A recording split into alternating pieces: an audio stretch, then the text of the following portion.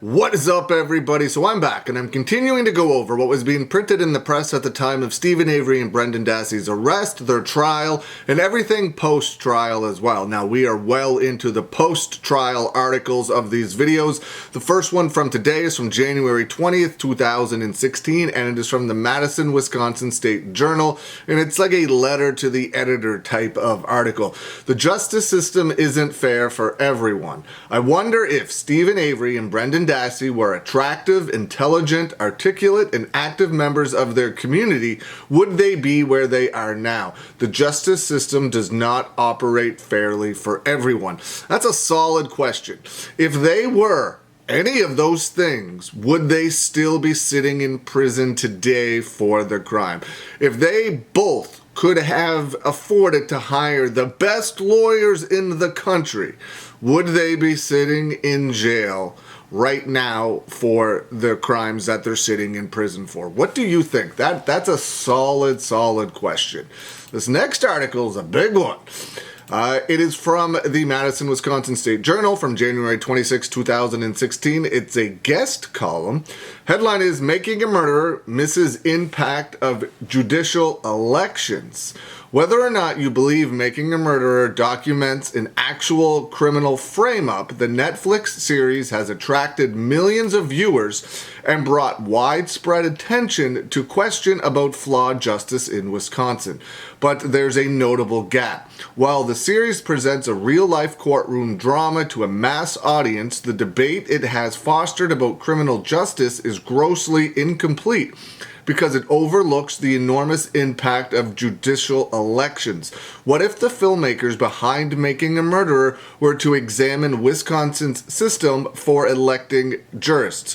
Would Wisconsin's money and politics-soaked system for choosing the men and women who wear the black robes survive the same level of scrutiny? As Wisconsin starts another high-spending election contest for its highest court, with a primary vote next month, activists and policymakers must consider judicial elections when they contemplate fixing criminal justice. There's growing evidence that when states elect their judges, they poison the well of criminal justice.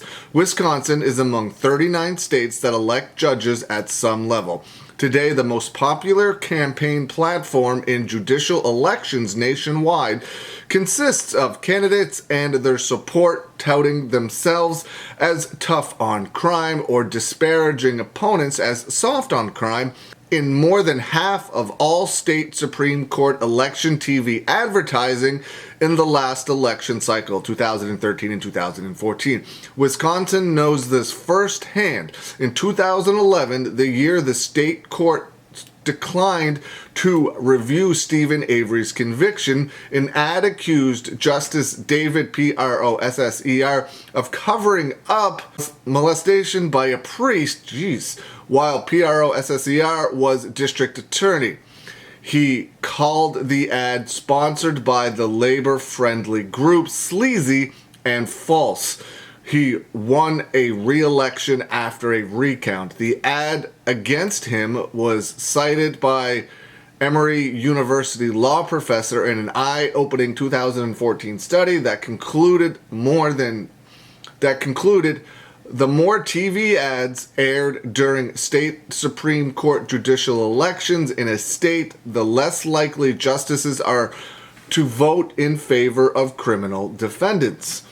These scholars also found an explosion of attack ad spending in judicial races following Citizens United in the 2010 U.S. Supreme Court ruling that permitted unlimited independent expenditures in elections.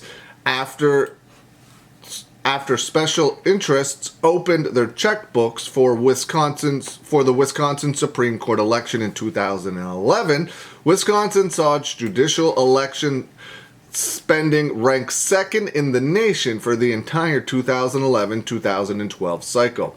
The following year, Brendan Dassey lost his request for the Supreme Court to grant him a new trial. Also in 2013, a Law and Order ad by a pro-business group praised High Court candidate Patience Rogensack in an incumbent for closing a loophole that would let sexual predators back on the street. Good God.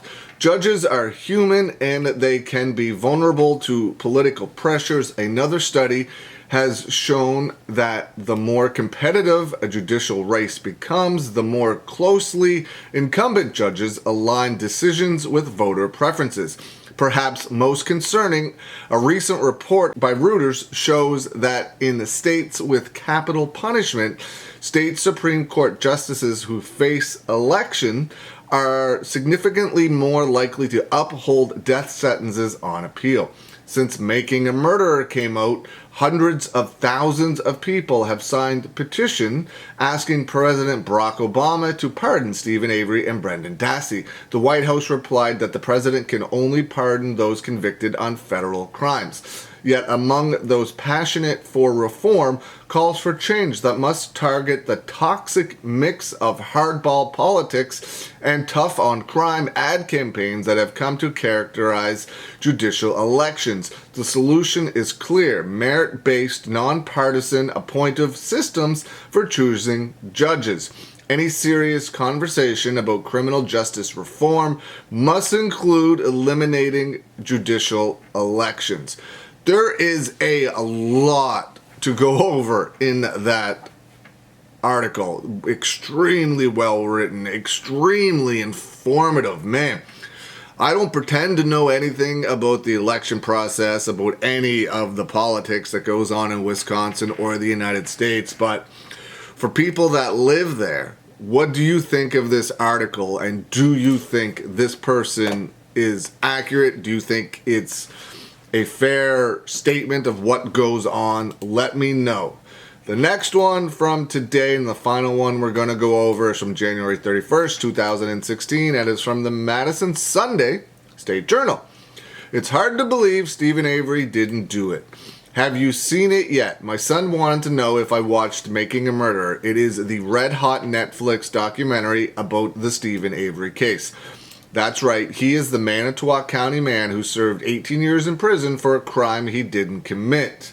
The prosecution nailed Avery because the victim, Penny Bernstein, testified in court that she was certain that the long-haired, bearded Avery committed the crime against her. The actual person that committed the crime was long-haired, bearded Gregory Allen.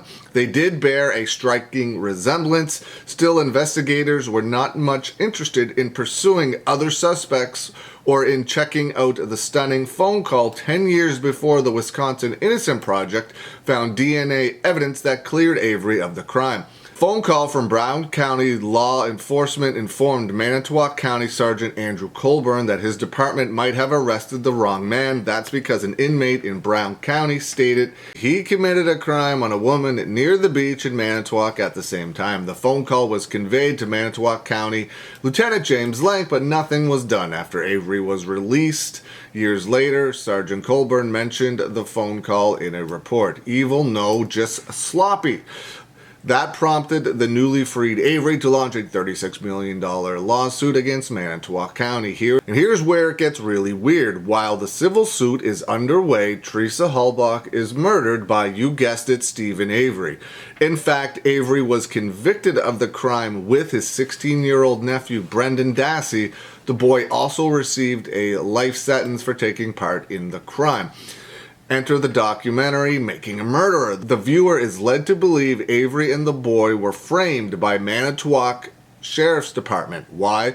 Because the county was trying to avoid a $36 million judgment. No, doubt is not the same as reasonable doubt. Avery called Teresa Halbach 3 times on the day she died, twice hit *67 on the phone to block her ID. Halbach had been to the Avery Selfridge yard previously to photograph pictures of Avery's sister's van. According to the receptionist at Auto Trader magazine, Halbach said Steven Avery once greeted her at the door while wearing a towel only. Halbach's Toyota RAV4 was found on the edge of Avery's property. Avery's blood and sweat were found in the vehicle. Halbach's charred bones were found in Avery's burn pit. A bullet with Halbach's DNA was found in Avery's garage, and Dassey described the whole bloody ordeal in a 4-hour confession. A 4-hour coerced confession, my opinion. The documentary glossed over the fact that Avery burned a cat alive as a young man. Man, this really sounds like the beginning of convicting a murderer. The documentary glossed over the fact that Avery burned a cat alive as a young man. He also masturbated in front of his female cousin. His conviction was blamed in the documentary on the fact his cousin was married to a sheriff's deputy. Conspiracy theorists believe that Brendan Dassey was tricked by police and that he was talking about the novel Kiss the Girls. Reading a 4th grade level, could he retain a 464-page novel that well? Also, it suggested that police planted Avery's DNA at the crime scene and placed Halbach's key on the floor after several searches of Avery's home had failed to turn up any keys. Police say the keys fall out of a cabinet after it was aggressively shaken. Dan O'Donnell covered the case for WISN AM 1130 and has produced a series of podcasts debunking making a murderer. A conspiracy would have to require Sergeant Lank and Colburn to either kill Halbach themselves, that's not true, or let the real killer go. O'Donnell says they would have had to burn her body and drop remains on Avery's property with no one else seeing them. O'Donnell also points out that Lank and Colburn were the only witnesses in the civil case against the county. They were not facing any financial loss, so what was the motive? That is unreasonable doubt, even in Manitowoc County. Whew! So, a couple of long articles here today. What did you think? Let me know. Leave some comments below. I hope you're having a good day, and I will see you again soon.